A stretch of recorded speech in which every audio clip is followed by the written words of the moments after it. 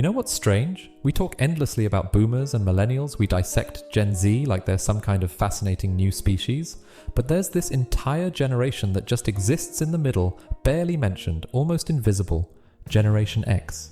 Born roughly between 1965 and 1980, they're your older co-workers who never complain, your parents who seem oddly detached sometimes, the people who built the internet but don't post about their breakfast. And here's what nobody tells you.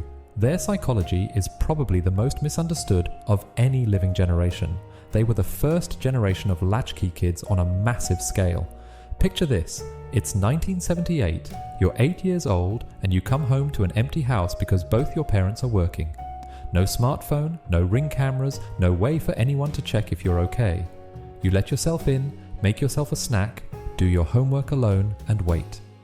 A study published in the American Journal of Orthopsychiatry found that by 1984, approximately 7 million children between ages 5 and 13 were regularly unsupervised after school.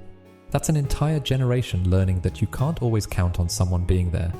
Guys, I just want to pause for a second. I poured my heart, soul, and countless hours of deep research into putting this video together for you. If you're connecting with this story, please do me a massive favor. Subscribe to the channel and drop a comment below to let me know your thoughts.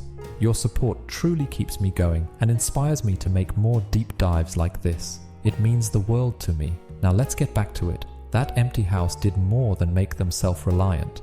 It drilled in the idea that actions have real consequences. They grew up watching their parents talk a big game about stability, then turn around and rack up divorce rates. They watched people give their all to companies, only to get pink slips when corporate restructuring hit. Psychologists might call it defensive pessimism, but Gen X? They just call it being realistic. They built up this emotional armor, they hope for the best, but deep down, they expect the rug to get pulled out. And that's exactly why you barely hear them on social media. They grew up in a time when privacy was just normal. The idea of blasting your personal life out for strangers to see doesn't feel exciting to them. It feels risky. They learned early on that the less people know about you, the safer you are.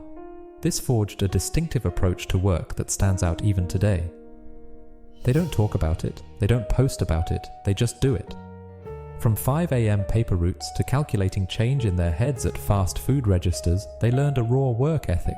They don't believe in company loyalty, they are fiercely loyal to their own competence. They respect actual skill, not fancy job titles. There's this weird paradox at the core of Gen X psychology. They are simultaneously the most independent generation yet quietly collaborative, but they will rarely ask for help because asking feels like admitting defeat.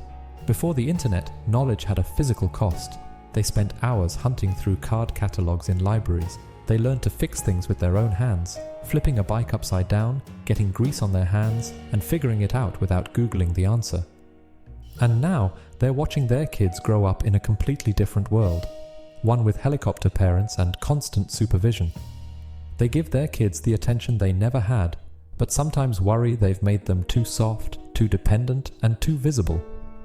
The truth is, Generation X might be the last generation that truly understands what it means to be alone with your thoughts, to be bored, shaped by a unique moment in history when the old world was dying and the new one hadn't quite been born. They are the bridge generation, and bridges don't get much attention. They're just there, doing the work, holding things together, expecting nothing in return.